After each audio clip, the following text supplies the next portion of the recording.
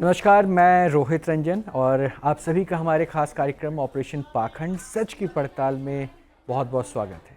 आज देवी चित्रलेखा एक्सक्लूसिव होने वाला है और इसमें हम आप सभी का स्वागत करें क्योंकि आज हमारे साथ एक ऐसी कथावाचक हैं जो 6 वर्ष की उम्र से कथा सुना रही हैं और अब वो देश ही नहीं बल्कि कथावाचन के लिए पूरी दुनिया में भ्रमण भी कर रही हैं, यानी कहीं ना कहीं सनातन का प्रचार और प्रसार कर रही हैं। हम बात कर रहे हैं देवी चित्रलेखा की। तो सबसे पहले चित्रलेखा जी, बहुत बहुत स्वागत है आपका न्यूज़ नेशन पर। बहुत बहुत धन्यवाद। शुरुआत करते हैं अपने प्रश्नों की और देवी चित्रलेखा हमारे साथ हैं और ऑपरेशन पाखंड के मंच पर हैं। तो सबसे पहले मैं एक प्रश्न पूछूंगा आपसे। देखिए, पाखंड शब्द से आप तात्पर्य समझ रहे होंगे और ये पाखंड किसी धर्म विषय से तो है नहीं, हर धर्म में जुड़ा है।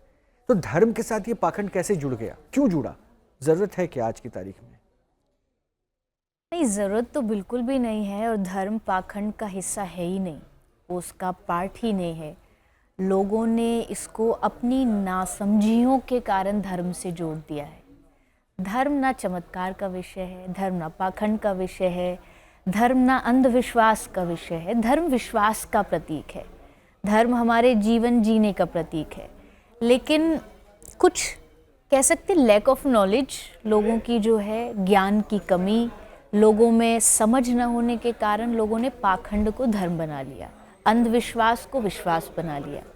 तो और ये समाज के लिए बहुत बड़ा खतरा है, क्योंकि आप एक ऐसी चीज़ को मिला रहे हैं, रात और दिन, उनका कोई मिश्रण ही नहीं है, उनका कोई तालमेल नहीं है।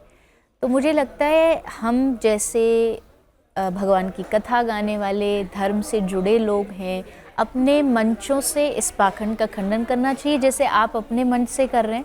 अपने मन से आप लोगों को जागरूक कर रहे हैं, क्योंकि जागरूकता से ये पाखंड खत्म हो सकता है। तो चलिए, मैं आपके माध्यम से, चूंकि आप एक कथावाचक हैं, अब तो इंटरनेशनल कथावाचक मैं आपको कहूँगा जी। तो मैं चाहता हूँ कि उस वाचन के साथ शुरू कीजिए ना, जिस भाव विभोर में लोग डूब जाते हैं आपकी वाणी में। मैं चाहता हूँ कि अब मेरा प्रश्न तो पाखंड को लेकर हो गया, कई इल्ज़ाम भी आपके ऊपर हैं, मैं उस पर भी आऊँगा, लेकिन मैं चाहता हूँ कि जैसे आप सबके आँखों के सामने वो धुंधली परत को हटाते हैं ना, भ्रम को हटाती हैं ना, मैं चाहता हूँ यहाँ भी एक कुछ आपकी वाणी में ऐसा हो जाए, उसके बाद हम आगे चलते हैं, ताकि वो धुंधलापन लोगों के सामने से, भ्रम की स्थिति, पाखंड से अपने आप को बचाने की स्थिति दूर हो जाए। ईश्वर से कैसे मिलना है वो शायद वो सार आप समझाएं अपने वाणी से। देखिए, हमने शास्त्रों में, संतों के, महापुरुषों के मुख से एक ही चीज़ सुनी है कि जीवन कहीं ना कहीं भगवान का दिया है। भगवान का दिया है मतलब भगवान के लिए है, धर्म के लिए है। हम परिवार का पालन कर रहे हैं, हम संसार में रह रहे हैं, हम अपनी कमाई कर रहे हैं, हम नौकरी कर रहे हैं, ये हमारा पार्ट ऑफ लाइफ है, ये हमारे जीवन का उद्देश्य नहीं है। अब जीवन के उद्देश्य को समझने के लिए हमें शास्त्रों की, संतों की मदद लेनी है और उद्देश्य है कि ऐसा क्या करूं, ऐसा क्या कहूं, ऐसा क्या बोलूं, ऐसा क्या खाऊं, जिससे मेरे बनाने वाला मेरा भगवान मुझ पर प्रसन्न हो जाए। मुझे लगता है एक शब्द और होगी, ऐसा क्या सुनूं, ऐसा क्या सुनूं, ऐसा क्या देखूं, जो आप उसको सुन के, उसको देख करके भगवान के करीब महसूस कर पाएं। मुझे लगता है सत्संग का पूरा सार एक ही है, भगवान की करीबी, उनके साथ आपका एक अपनापन महसूस होना। जस्ट आप जैसे संसार में रहते हैं, आपको लगता है ये मेरा भाई है, ये मेरा पति है, ये मेरा बेटा है, ये मेरा पिता है, तो फिर भगवान कौन है? ये भी मेरा है।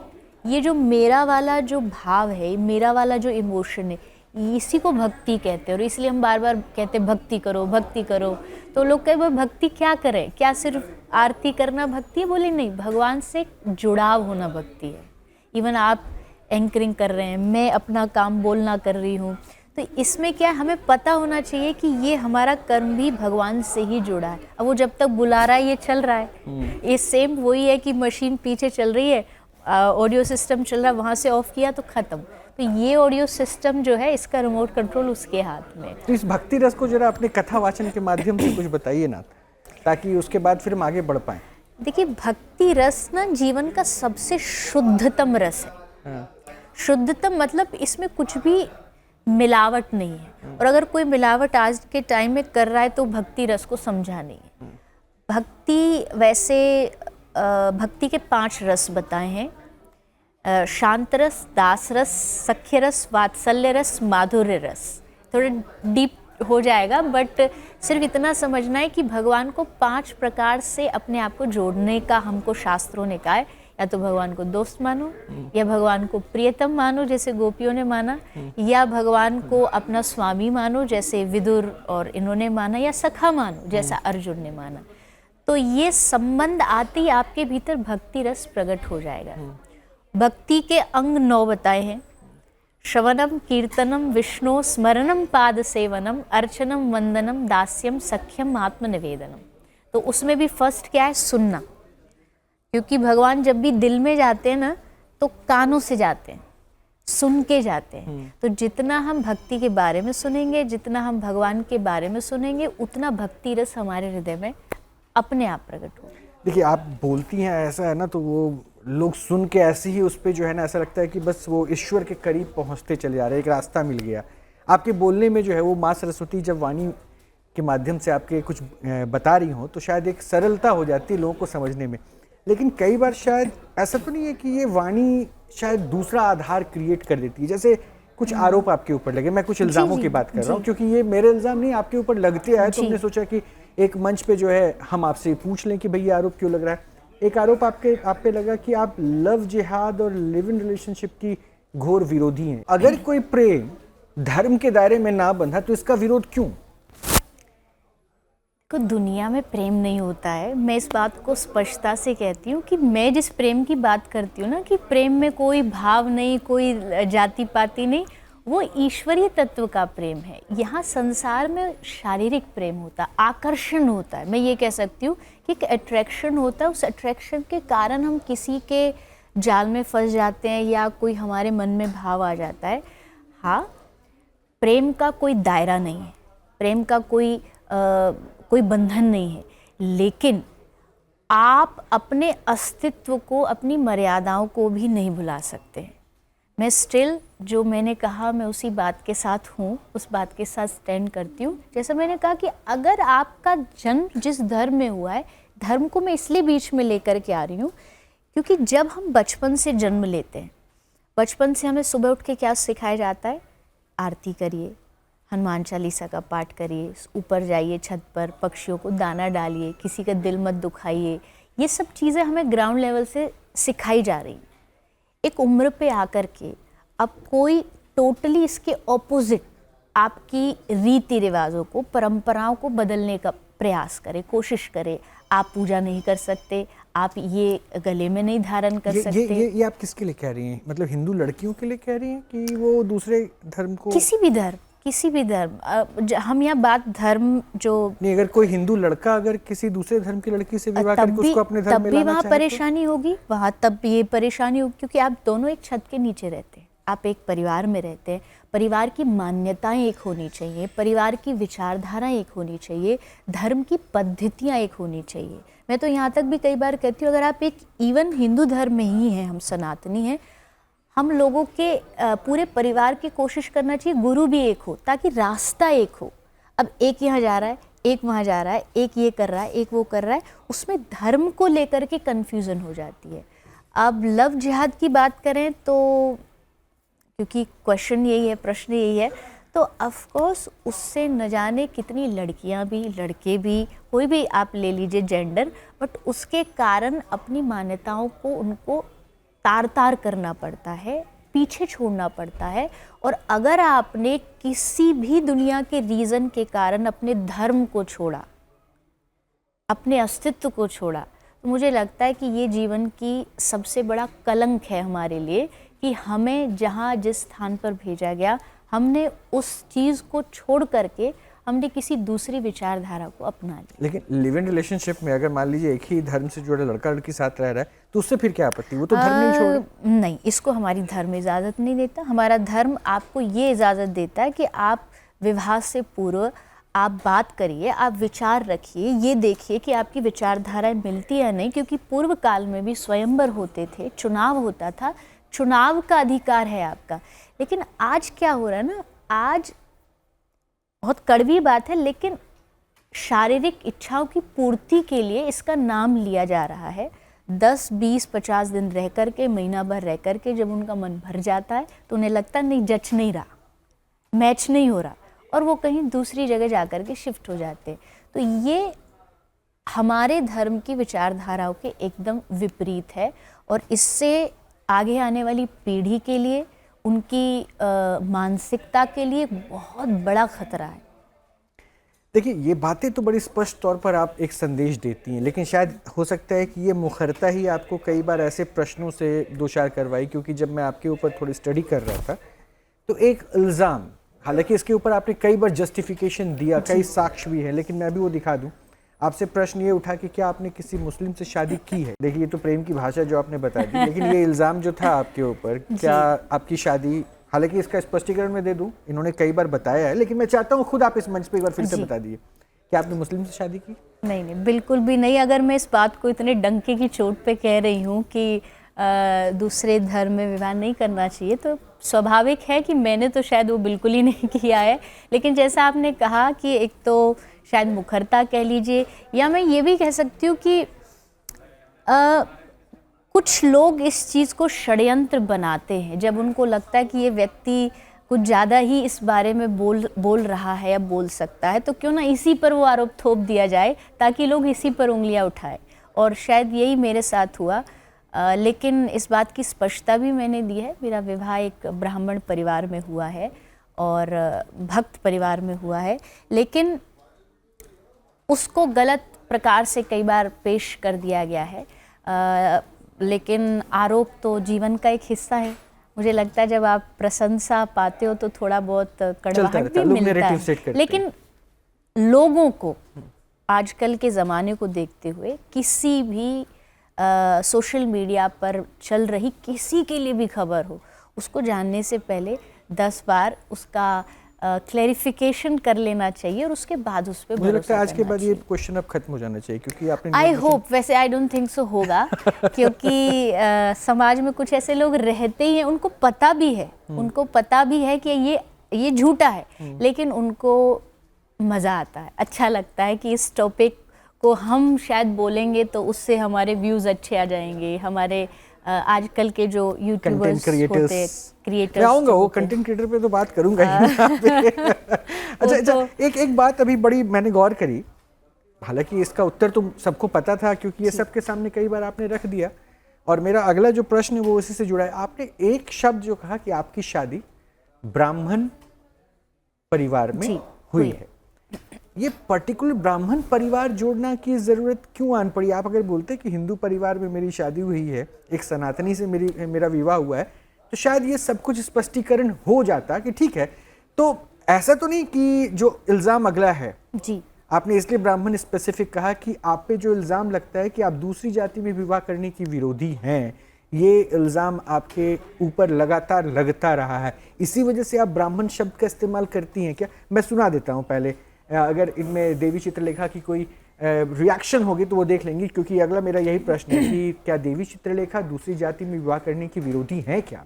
ये देखिए, प्रेम की परिभाषा तो आपने बहुत अच्छे, वेल डिफाइंड कह दूं मैं इसको, तो बहुत अच्छे से रहा, लेकिन फिर मैं वही पूछ रहा हूँ, आपने ब्राह्मण शब्द जोड़ा, बहुत स्पेसिफिकली बार बार पॉइंट आउट किया, और कई इंटरव्यूज में भी आपने ब्राह्मण शब्द जरूर जोड़ा।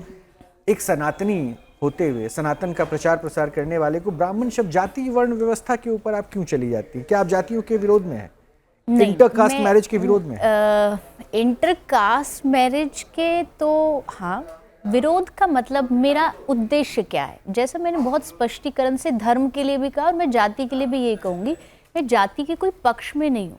मैं जाति पाति का ऐसा कोई मेरी विचारधारा नहीं है कि भाई कट्टरता, ये ब्राह्मण है, ये शूद्र है, ये नीचा है, ये बड़ा है। पहले भी जातियाँ होती थी, लेकिन वो कर्म के आधार पर होती थी, आज वो जन्म के आधार पर हो गई। मेरी जो इस चीज़ में अपना मत रखने का कारण है वो सिर्फ एक है कि हमारी मान्यताएं ना बदले, हमारी परंपराएं ना बदले।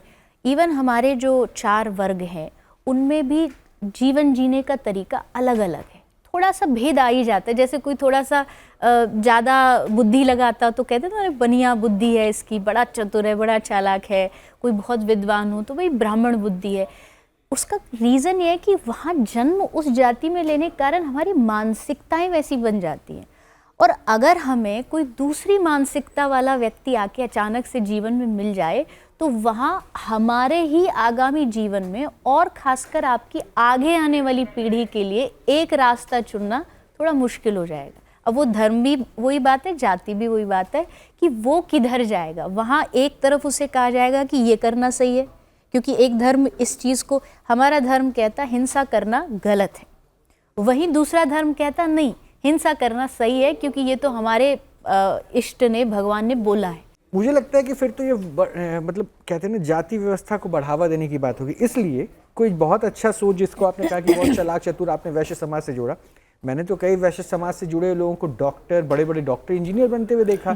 कई ब्राह्मणों को जिनके हिसाब से, मतलब आपने जो कहा कि अध्यात्म, मैंने उनको देखा कि वो एक ऐसा काम कर गए जिसके लिए वो सलाखों के पीछे है। मैंने कई ठाकुर समाज से जुड़े हुए लोगों को महामंडलेश्वर बनता हुआ देखा। तो ये तो जाति व्यवस्था से ताल्लुक रखते हुए नहीं, वो तो अपने कर्मों के आधार पर बने। कर्मों तो के आधार, फिर आप तो स्पेसिफिक जाति आधार पर बांट रहे हैं। सिर्फ शादी के लिए बात कर रही हूँ, शादी के अलावा आप जाति पाति, शादी के लिए इसलिए क्योंकि आपको दोनों को साथ में एक आगे आने वाली पीढ़ी को रास्ता देना। कैसे भटकेंगे?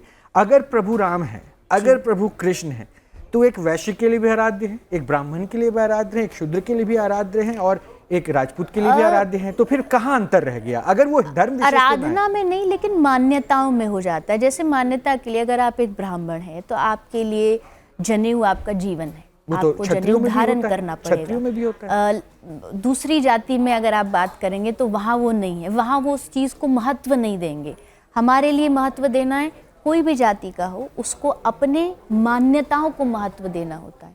मेरा प्रश्न बस मान्यताओं को लेकर के है। अदर देन दैट मैं कभी नहीं चाहती कि हमारे समाज में जाति पाति, जिसको जहाँ भगवान ने जन्म दिया है, अपनी बुद्धि लगाइए, अपने कर्म लगाइए, और अपने, जैसा आपने बहुत सुंदर बात कही कि ऐसा नहीं है, हम ज़रूर बोल देते हैं कि भाई इस जाति का है, बनिया बुद्धि का है, लेकिन आप अपने कर्मों से कुछ भी कर सकते हैं। आप अपने कर्मों से विद्वता ला सकते हैं, आप अपने कर्मों से श्रेष्ठ बुद्धि ला करके एक अच्छा धंधा खड़ा कर सकते हैं, आप उसके लिए स्वतंत्र है।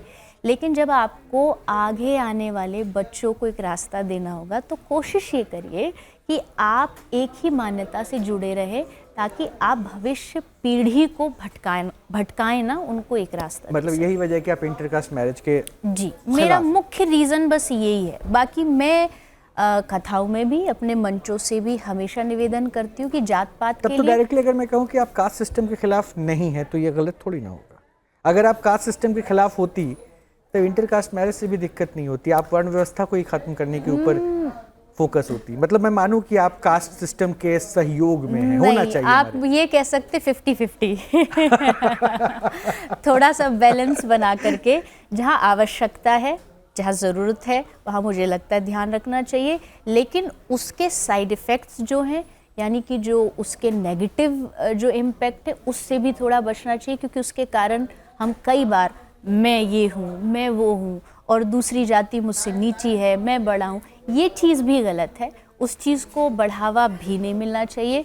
तो मैं ये कह सकती हूँ, आप सेफ प्ले कर, ये कथावाचक जो मैं कहूँ ना कि एक वो हो चुका है, लेबलिंग हो चुकी है, 5 स्टार कथावाचक, 3 स्टार कथा, एक 5 स्टार कथावाचक के कथनी में जो लोग सुनता है ना, इन्फ्लुएंस बहुत अच्छा। और आपके तो मतलब मास फॉलोअर हैं सोशल मीडिया पे भी, तो मतलब आप अपने आप को सेफ प्ले करा रही हैं कि नहीं? मैं बस इतना कहूंगी कि जाति पाति को बढ़ावा तो नहीं देना तो हो गया ना, आपने कहा तो लेकिन हाँ, इस बात के मैं 100% समर्थन में हूँ कि जब एक लड़की या लड़की का परिवार उसके लिए आगे का भविष्य चुनता है तो अपनी मान्यताओं से जुड़ा धर्म, जाति ही चुने, ताकि आगे जा कर के कोई परेशानी उसके विचार, खुद के विचारधाराओं में भी ना।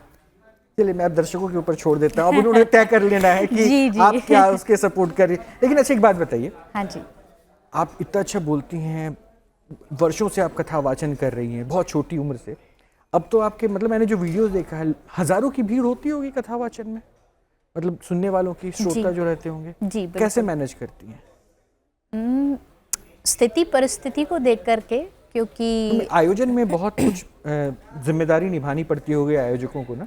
आयोजकों को तो देखिए स्वाभाविक है, निभानी पड़ती है, क्योंकि जब आप इतने पहले के समय में आयोजन का जो रूपरेखा थी वो थोड़ी सूक्ष्म होती थी, आज उसका विस्तार हो गया है, आज लोगों का आना बढ़ गया है, लोग आते भी हैं तो जैसा आपने कहा कि अब वो ज़माने नहीं रहे कि भाई हमें व्यवस्थाएं नहीं चाहिए, उन्हें बैठने के लिए सोफ़े भी चाहिए, उन्हें बीच बीच में ठंडा पानी भी चाहिए, पंखा भी चाहिए गर्मी है तो एसी भी चाहिए, 5 स्टार पंडाल भी बन जाता है आजकल तो पंडाल भी चाहिए।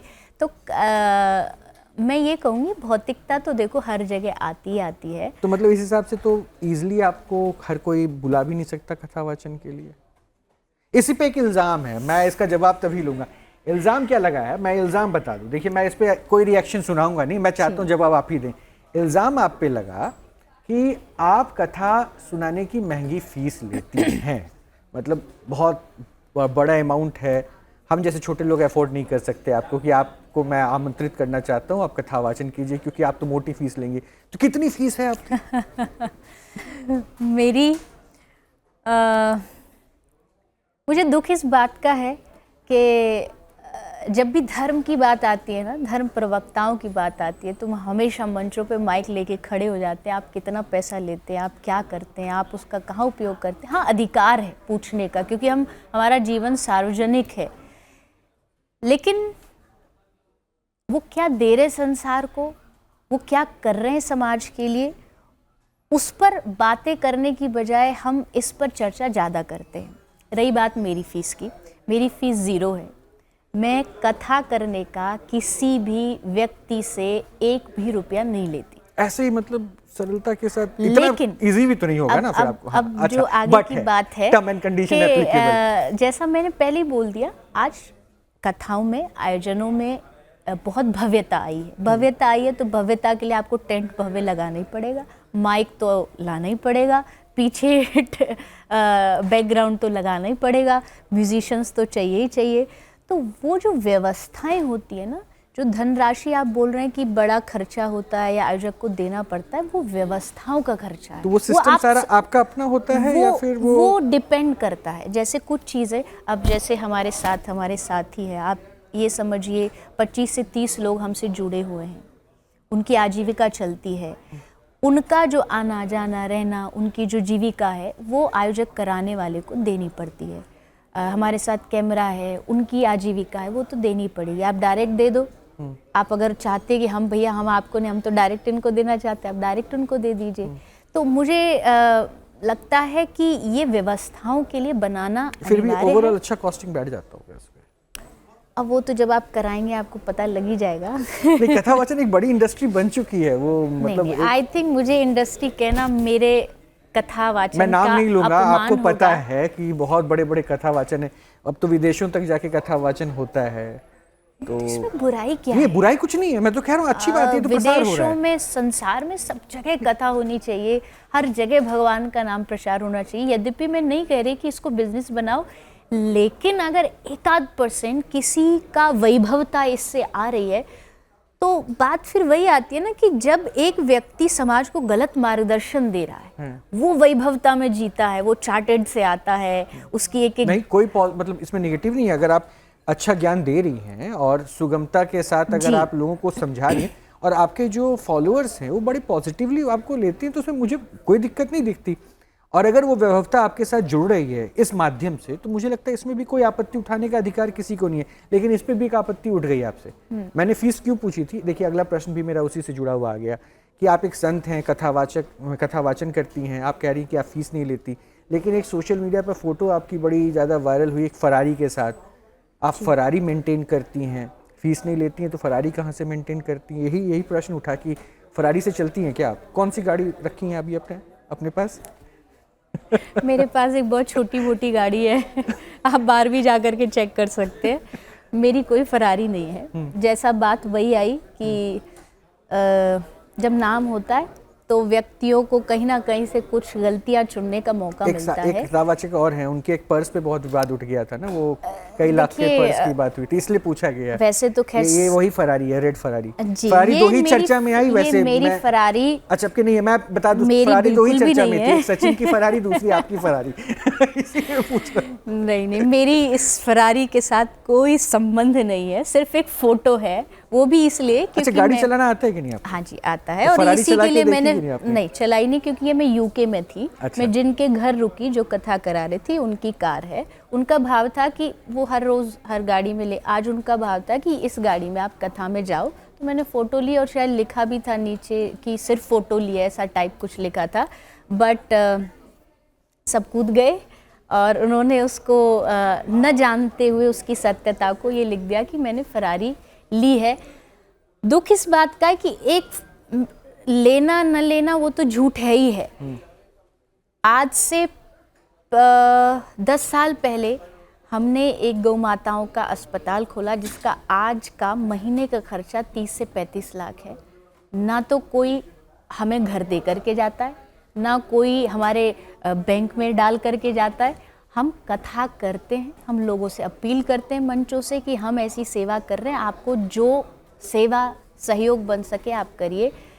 उस सेवा को आज तक किसी ने नहीं दिखाया। उस सेवा को आप ये बताइए, अगर कोई आदमी समाज में अच्छा करने की चाह रख रहा है, कुछ समाज में अच्छा कर रहा है, और फिर आप उसके साथ ये करते हो कि आप उसकी अच्छाइयों को कभी भी दर्शाने की कोशिश नहीं करते, और एक जो झूठी असत्य चीज़ है आप उसका इतना बड़ा कार्ड दुनिया को प्रस्तुत कर देते, तो मुझे लगता है लोग अच्छा करने से डरेंगे। नहीं, मुझे लगता है कि आजकल की तारीख में जो है ना, निगेटिव पब्लिसिटी करने का एक ट्रेंड सा चल पड़ा है।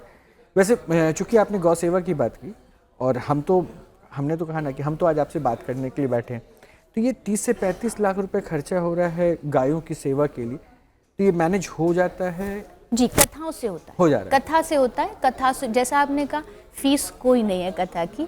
हम आयोजक से इतना बोलते हैं कि ये व्यवस्थाएं हैं, आपके पास इतने लोग आएंगे, कैमरा आएगा, मंच आएगा। उसके अलावा अगर आपकी इच्छा है कि आपको गौ माता के लिए कुछ देना है, गौ अस्पताल का हमारा ट्रस्ट है, उसमें आप अपनी इच्छा से जो देना चाहें आप वो दे सकते हैं। आप मेंबर बन सकते हैं, गाय के लिए शेड बना सकते हैं, वो उनकी अपनी इच्छा पर निर्भर, कुछ भी प्रेशर नहीं है। हम लोग जो वहाँ हज़ारों लोग सुनने आए, हम उनसे भी निवेदन करते हैं, सब अपना थोड़ा थोड़ा थोड़ा जो सहयोग बनता है देते हैं, उससे ये खर्चा चलता है, उससे ये अस्पताल चलता है। और अगर मैं ये कहूँ कि मान लीजिए अगर मैं कथा की फीस लूँ भी और उससे मैं अगर गौ माता की सेवा करूँ, तो भी मुझे कोई नहीं लगता कि गलत है, क्योंकि मैंने उस धनराशि को अपने लिए नहीं, गौ माता के लिए उपयोग किया। तो ये सिर्फ सोचने का फर्क है। नहीं, मुझे लगता है कि अगर आप फीस लेके अपने लिए भी इस्तेमाल करें तो भी आपत्ति नहीं होनी चाहिए। इसकी वजह है शिक्षा आज की तारीख में हर किसी के लिए ज़रूरी है, और शिक्षा लेने के लिए हर माता पिता को अपने बच्चे को आज मोटी फीस देनी पड़ रही है। तो ऐसा थोड़ी ना है कि शिक्षा वो नहीं लेगा, और अगर कोई शिक्षा दे भी रहा है, चाहे वो अध्यापक ही, वो भी तो अपना जीवन यापन करने के लिए फीस ले ही रहा है। तो मुझे उस पर कोई आपत्ति नहीं है। मैं तो जो इन जनरल प्रश्न आपके साथ जुड़ रहे हैं उससे जुड़ा एक पहलू आपसे पूछना चाहा, और ये ज़रूरी भी था कि आप कम से कम बताएं। एक प्रश्न और आ गया, चूंकि आप कथा वाचन करती हैं, कई माइक्स लगे होते होंगे जो आपका कथा वाचन चलता है, काफ़ी लाउड वॉइस में लोगों तक पहुंचता होगा। क्या आप नमाज के लिए भागवत कथा रोक देने की वकालत करती हैं? ये अगला आरोप आपके ऊपर है। तो ये कथावाचक अगर ये कहे कि कथा वाचन को रोक देना चाहिए, नमाज जिस समय अदा की जा रही हो, कहाँ तक पॉजिटिव हो रहा है? ये कंट्रोवर्सी नहीं करी, जबकि आपको पता है कि यूपी में ही नमाज लाउड स्पीकर पर पढ़ना, कई मस्जिदों से नमाज उतारे गए, कई मंदिरों से भी वो लाउड स्पीकर उतारे गए ताकि लाउड आवाज़ से जो है किसी को दिक्कत नहीं हो। और आप तो शायद दूसरे राह को पकड़ कर चलने की बात कर रही हैं। नहीं, पहली बात, मेरा ये वीडियो 10 साल पुराना है, और दूसरा इसकी जो परिस्थिति थी, देखो जब हम बात करते हैं ना कि समाज में शुद्धता हो, एकता हो, उसी एकता के लिए ही ये एक ऐसी कथा थी जिसमें खुशी की बात ये थी कि 10% हिस्सा निभाने वाले मुस्लिम भाई थे। अच्छा, कथा में, इसलिए कहना, और वो कथा एकदम मस्जिद के टच स्पर्श की हुई थी, और ये कथा मेरी लाइव थी एक चैनल पर। अच्छा। तो ये सेकंड डे की कथा थी। फर्स्ट डे जब कथा हुई तो आवाज़ आई, मैं कथा कंटिन्यू रखी। शाम को फ़ोन आया चैनल से कि डिस्टर्बेंस होती है, तो आप एक काम करो, जब आवाज़ आती है, क्योंकि ये तो बंद नहीं हो सकता, तो जब आवाज़ आती है आप कथा रोको, संकीर्तन कर दिया करो। तो नेक्स्ट डे जब ये बात चल रही थी, उसी समय आवाज़ आई और उस समय टॉपिक कुछ एकता का चल रहा था कि भाई सब धर्मों का सम्मान करिए, भगवानों का। तो वो एक सहज भाव में मेरे मुख से ये बात निकली कि सबका सम्मान करना चाहिए, जब तक इनका ये अपनी आराधना कर रहे हैं हम उसको रोक करके थोड़ी देर हम भी संकीर्तन। आज अगर मैं आपसे पूछूं, जी, भगवत कथा चल रही हो, आपकी ही कथा है, पास में नमाज की आवाज़ आ रही हो, क्या करना चाहिए? मैं संकीर्तन शुरू कर दूंगी, तो क्योंकि आप भगवत कथा रोक देंगे? भागवत कथा संकीर्तन एक ही है। रोकने का मतलब ये होता है, देखिए जब आप बोल रहे होते हैं ना, आपके सामने हजारों लोग हैं, अचानक से कोई बैंड बजने लग जाए या कोई आवाज़ आ जाती है, उस समय भी हम कथा को रोक देते हैं और कहते हैं चलो कीर्तन करते हैं, ये पास हो जाए, ये निकल जाए यहाँ से, फिर हम कथा में फिर से प्रवेश करते हैं। क्यों? क्योंकि उस समय लोग का ध्यान वहाँ चला जाता है, मेरी बात जो मैं कहना चाह रही हूँ उससे ध्यान हट जाता है। ये मेरा उद्देश्य ये था कि उस जगह से हम थोड़ा हट जाए, कीर्तन करें। आज भी अगर ऐसा होता है तो मैं कथा को थोड़ी देर विश्राम करके संकीर्तन करूंगी, ताकि संकीर्तन से वो समय निकल जाए और फिर से हम अपनी बात। इसमें भी वही सद्भावना वाली सोच है कि आज सोच बदल गई, क्योंकि आपने तो अब तो लव जिहाद पे भी अपने आप को फोकस कर दिया ना? नहीं, देखिए मेरा भावना सिर्फ यही है, मेरा उद्देश्य सब धर्मों के लिए समान है, प्रणाम सबको है, क्योंकि एट द एंड एक ही सत्य है, अलग अलग रूप में है, अलग अलग भावनाओं में है। तो किसी समाज को तोड़े धर्म वो नहीं होता, जोड़े वही धर्म है। लेकिन मैं ये कहती हूँ, अगर आप सनातनी है, सनातन को फॉलो करिए। अगर आपका जन्म भगवान ने मुस्लिम धर्म में दिया, उसको पूरी शिद्दत से करिए। आप सिख हैं, पूरी जो जान लगा करके अपने धर्म को फॉलो करिए। अगर आपको भगवान ने एक घर में, परिवार में, क्षेत्र में, जाति में, प्रदेश में जन्म दिया तो कुछ उद्देश्य दे के दिया है। मुझे अगर सनातनी बनाया तो मुझे कुछ उद्देश्य दिया है, तो मैं अपने धर्म को निभाऊं, आप अपने धर्म को निभाइए। अच्छा, देवी चित्रलेखा से अगर मैं पूछूं, कथा वाचन तो इतना अच्छा कर, ये कॉन्फिडेंस आता कहाँ से? उनकी कृपा से। पक्का? पक्का। वहाँ से वो एनर्जी सप्लाई करते हैं, हम यहाँ बोलते रहते हैं। देखिए, ये चीटिंग है।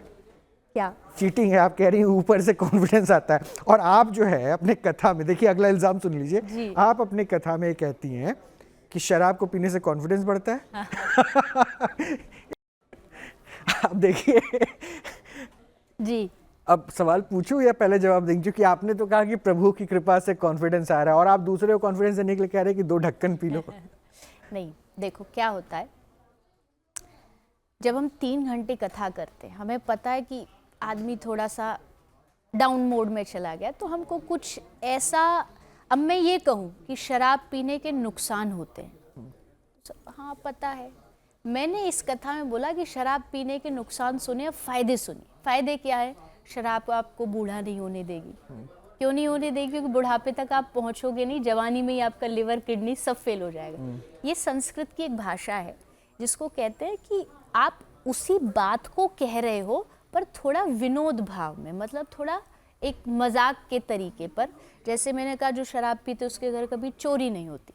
क्यों चोरी नहीं होती? क्योंकि उसके पास कुछ बचता ही नहीं, वो पहले ही सब लुटा चुका होता है, जितना भी उसके पास उसके 5-6 शायद ऐसे कुछ टॉपिक रहे, उस टॉपिक का ये एक बीच का हिस्सा है, टॉपिक है। इससे शराब पीनी चाहिए, या क्योंकि जब आप स्वयं एक प्रवक्ता हैं, प्रवक्ता ही है, तो जब आप एक पूरे टॉपिक को कहते हैं तो उसका एक उद्देश्य होता है, उसके आगे पीछे की एक कहानी होती है। मुझे नहीं लगता कोई भी दुनिया का इतना मूर्ख व्यक्ति होगा जो व्यासपीठ पे बैठ के कहेगा कि शराब पीना तो यानी देवी चित्रलेखा मानती है शराब पीना स्वास्थ्य के लिए हानिकारक है? बिल्कुल है, बिल्कुल है। पूरा जीवन निकल गया नशे का विरोध करते करते। उस नशे के विरोध का तरीका, अच्छा, नशा तो आज के तारीख में यूथ कर ही रहा है। ये तो शराब इसकी बात की, नशा एक और भी है। सोशल मीडिया पर लाइक्स का भी एक नशा है, ये मानती हैं? क्योंकि देखिए, आप सोशल मीडिया पर भी आप भी बहुत फेमस हैं, कंटेंट्स आपकी बहुत लाइक्स बटोरती हैं, ये नशा कैसे देखती हैं आप? गलत है। फूहड़ता फैलाना गलत है।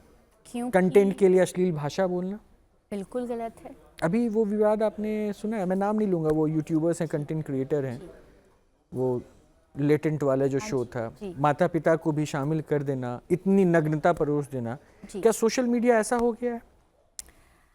दुख के साथ बोलना पड़ रहा, हाँ हो गया है, तभी हुआ है। नहीं, आपके फॉलोअर्स जो आ रहे हैं उसमें तो ऐसी भाषा ना, ऐसी शैली है फिर आपके होनी पास नहीं कैसे आ चाहिए, रहे हैं? फिर होनी आपके भी पास नहीं कैसे आ रहे हैं? देखिए, जिन्होंने बोला, जिन्होंने परोसा, वो तो 100% गलत है ही है, क्योंकि ये मर्यादित शब्द तो है ही नहीं। मतलब मर्यादा को तार तार करने वाले शब्द हैं, अपने संस्कृति को तार तार करने वाले शब्द हैं। लेकिन आप सोचिए, जो वहाँ बैठ के ताली भी बजा रहे हैं, जो वहाँ बैठ कर के इस कंटेंट को कंज्यूम कर रहे हैं, मुझे लगता है कि उनकी भी गलती है। मान लीजिए मेरे पास अधिकार है बोलने का, मेरे पास एक मंच है बोलने का, क्या इसका मतलब ये है कि मेरी हर बात को अप्रूव कर दिया जाए, कि मेरी हर बात को एक्सेप्ट कर लिया जाए? आज आप भी हैं, मैंने शायद जो बातें लोगों को ना अच्छी लगी हो, आप उसके लिए मुझसे प्रश्न कर रहे हो, और अधिकार है सबका करने का। तो मुझे या मेरे जैसे जितने भी बोलने वाले हैं, या कंटेंट क्रिएशन वाले, या सोशल मीडिया वाले, ये सब अलग अलग हैं।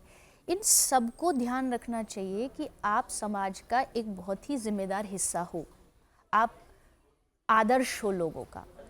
आपको क्या परोसना है, नेगेटिव पॉजिटिव, क्योंकि बच्चे भी आपको सुन रहे हैं, आपको युवा सुन के आपको आदर्श मान रहा है, आप मेरे आइडल हैं, अब मैं आपका फ़ैन हूँ।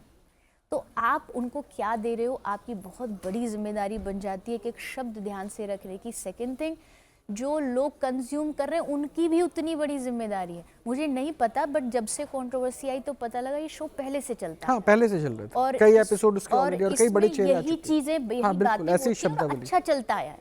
तो आप सोचिए कि अच्छा चलता आ रहा है, टीआरपी आ रही है, व्यूज आ रहे हैं, वो तो उनको तो वही चाहिए। उन्हें कोई मतलब नहीं है कि वो समाज में क्या दे रहे हैं, उन्हें व्यूज तो चाहिए। फिर हमारा समाज जा किधर रहा है? एक तरफ ये आप कथा गलत- वाचन से समाज को जोड़ रही हैं, और ये समाज किस दिशा में जा रहा है? देखिए, समाज में दोनों तरह के लोग होते हैं। अगर हम अच्छा का कोई गलत कर रहा है तो क्या हम अच्छा करना छोड़ दें? कोई अगर गलत परोस रहा है, क्या हम अच्छा परोसना छोड़ दें? हाँ, हमें उनका विरोध भी करना चाहिए, हमें लोगों को चेतावनी भी देनी चाहिए, बच्चों को भी चेतावनी देनी चाहिए कि ये मंच कोई अश्लीलता का विषय नहीं है। ये मंच, और इतने बड़े पद पर होने के बाद जब आपको इतने लोग जानते हो, फॉलो करते हो, और आप इतनी अभद्रता, तो ये तो बिल्कुल भी शोभनीय नहीं है। बच्चों को भी समझाइए कि कॉमेडी के नाम पर या ये टैलेंट के नाम पर कुछ भी ना देखते रहें। आप देखोगे तब तो ऊपर उठोगे। आप आज से बंद कर दीजिए कि नहीं, हमें अब शायद जहाँ तक मुझे खबर है उसको हटा दिया गया है, वो कंटेंट हटा वीडियो। दिया गया गवर्नमेंट तो ने। आप सोचो ना, आपकी एक आवाज़ ने पूरा कंटेंट हटा दिया, और आगे भी वो सावधान होंगे, शायद आगे ना भी करें कि ये हमें इस चीज़ को परोसना अब खतरा है। तो जब आप मुखर होते हैं, जब आपको लगता है कि नहीं ये चीज़ गलत है, जब गवर्नमेंट इसके लिए आगे, अभी गवर्नमेंट भी कुछ ना कुछ, आई होप कि कुछ करे, तो उससे लोगों में डर रहेगा, और होना चाहिए। आज कंटेंट क्रिएशन मुझे लगता है एक स्वतंत्र बन गया है। यहाँ कोई लगाम नहीं है, कोई लगाम नहीं है। यहाँ कोई रूल्स रेगुलेशन नहीं है, यहाँ कोई गवर्नमेंट के नॉर्म्स एंड टर्म्स नहीं है। नहीं, एक फाइनल कमेंट मैं ले लेता हूँ, क्योंकि ये बातें तो आपने कह दी। आपने जब कहा ना कि कोई नियमावली नहीं है, शायद नियमावली को तो आपने देखा होगा, कुंभ जो चल रहा है इसमें भी ताक पे रखा गया। क्या ये महसूस हुआ कि आपको ममता कुलकर्णी को लाकर महामंडलेश्वर बना देना, एक सोशल मीडिया की फेस, वो अचानक से सनातनी के तौर पर ग्लैमर के साथ जुड़ जाती हैं, कुंभ में वो हाईलाइट हो जाती हैं, एक आईआईटीएन दिखता है जो बाबा बनकर आ जाता है, तो ये क्या दिख रहा है? कोई नियमावली होनी चाहिए कि नहीं? बिल्कुल होनी चाहिए। ये एक मुझे लगता है मूर्खता है। आप कुंभ क्यों जा रहे हो? आप कुंभ मजे के लिए जा रहे हो? आप कुंभ में क्या, आपने कितनी सोशल मीडिया पर कुंभ की असली जो संतों की महिमा है, कुंभ क्यों होता है? संतों का मिलन, महिमा मंडन, आपने उसको कितना देखा? और आपने ये जो इधर उसकी आंखें सुंदर, उसका ये सुंदर, उसकी क्या क्या मतलब लोग परोस रहे हैं और लोग देख भी रहे हैं। दुख की बात ये है। मेरा कहना ये, अगर आप उसमें इंटरेस्ट लेना बंद कर दोगे तो सामने वाला उसको दिखाना बंद कर देगा। आप मत ही देखो। आपको पता है, मेरे लिए महाकुंभ हमारे सनातन धर्म का, इस विश्व का सबसे बड़ा उत्सव है। मैं वहाँ से क्या सीख सकता हूँ? मुझे वहाँ से संतों के आचरणों से क्या सीखना है, वो सीखने का प्रयास करिए। नहीं तो आजकल हमारे हर तीर्थ से जुड़ी हुई चीज़ें, ऐसे बड़े बड़े उत्सव एक मजाक का पात्र बन रहे हैं। राइट। और ये बहुत दुख का विषय है। Right. हम उनकी मुख्यता, मूलता को छोड़ते जा रहे हैं, और इधर उधर एंटरटेनमेंट मनोरंजन इसमें फंसते चले जा रहे हैं। धर्म मनोरंजन नहीं है, धर्म मनोमंथन है। मन का मंथन करिए, उससे आपको धर्म समझ आएगा। अब वो एंटरटेनमेंट बन गया है, सबके लिए व्यूज़ का एक जरिया बन गया है, तो ये तो ख़त्म करना चाहिए। इसके लिए संतों को भी आवाज़ उठानी चाहिए, और हमारे जो बैठे हैं पद पर उनको भी कुछ नियम तो पद तो ऐसे ही मिल जा रहा है ना, वो देखिए ना, वो खुद हो गया ना 2 लाख रुपए देके, इसलिए पद पर बैठे कौन आवाज़ उठाए। अच्छा चलिए, मैं आप विवादों में नहीं आपको लेके चलूँगा। बस एक जाते जाते, क्योंकि ऑपरेशन पाखंड का मंच है, मेरा शो है, हमारे न्यूज़ नेशन का सबसे ज़्यादा देखे जाने वाला शो है, ऑपरेशन पाखंड के ऊपर फाइनल एक अपनी जो ओपिनियन है उसको अगर आप साझा कर दे तो हमारी इस मुहिम को लेकर। बिल्कुल, मेरी बहुत बहुत शुभकामनाएं हैं, क्योंकि जैसा मैंने कहा, धर्म को समझना और समझाना बहुत ज़रूरी है। अगर कोई ऐसा मंच हो जहाँ धर्म को वास्तविकता से परोसा जाए, जहाँ कुछ चीज़ें कुरीतियाँ हैं, कट्टरवादिता हैं, उसको अगर रोक करके उसमें शुद्धता और पवित्रता के साथ अगर लोगों को जागरूक किया जाए, लोग जगेंगे। जगाने वाला कोई चाहिए। तो ये जो पाखंड का मंच है, ये बहुत अच्छा कार्य कर रहा है, और मेरी आशा है कि ऐसे ही धर्म को बढ़ावा मिलता रहे। धर्म को लेकर के जो थोड़ी बहुत भ्रांतियां हैं, समझ नहीं आ रहा है कि ये सचमुच धर्म है या नहीं है, कहीं कोई पाखंड तो नहीं बढ़ाया जा रहा, तो ऐसे लोग यहाँ आते रहें और आपके इस प्रयास को और आगे बढ़ाते रहें, ये मेरी कामना है। बहुत बहुत शुक्रिया देवी चित्रलेखा, आप हमारे साथ आई और इतने सारे प्रश्नों का आपने सामना किया। बुरा तो नहीं लगा ना? बिल्कुल भी नहीं। क्योंकि हमारा काम है प्रश्न पूछना, और ऑपरेशन पाखंड में तो हम ऐसे ही करते हैं, हमें हर प्रश्न का जवाब चाहिए ताकि हम स्पष्टता सबके सामने रख पाएं, और हमने भी वही कोशिश की। बहुत बहुत शुक्रिया, आपने समय निकाला, और आप सभी का भी बहुत बहुत शुक्रिया हमसे जुड़ने के लिए। आप बने रहे हमारे साथ, और एक बात जो ये कह रही है उस बात पे ध्यान दीजिए, क्योंकि हमारे ऑपरेशन पाखंड का मकसद भी वही है कि विश्वास आप सिर्फ ऊपर वाले पे कीजिए, अपना कर्म कीजिए, बाकी सब अच्छा होता है। अच्छे से रहिए, ध्यान रखिए, नमस्कार।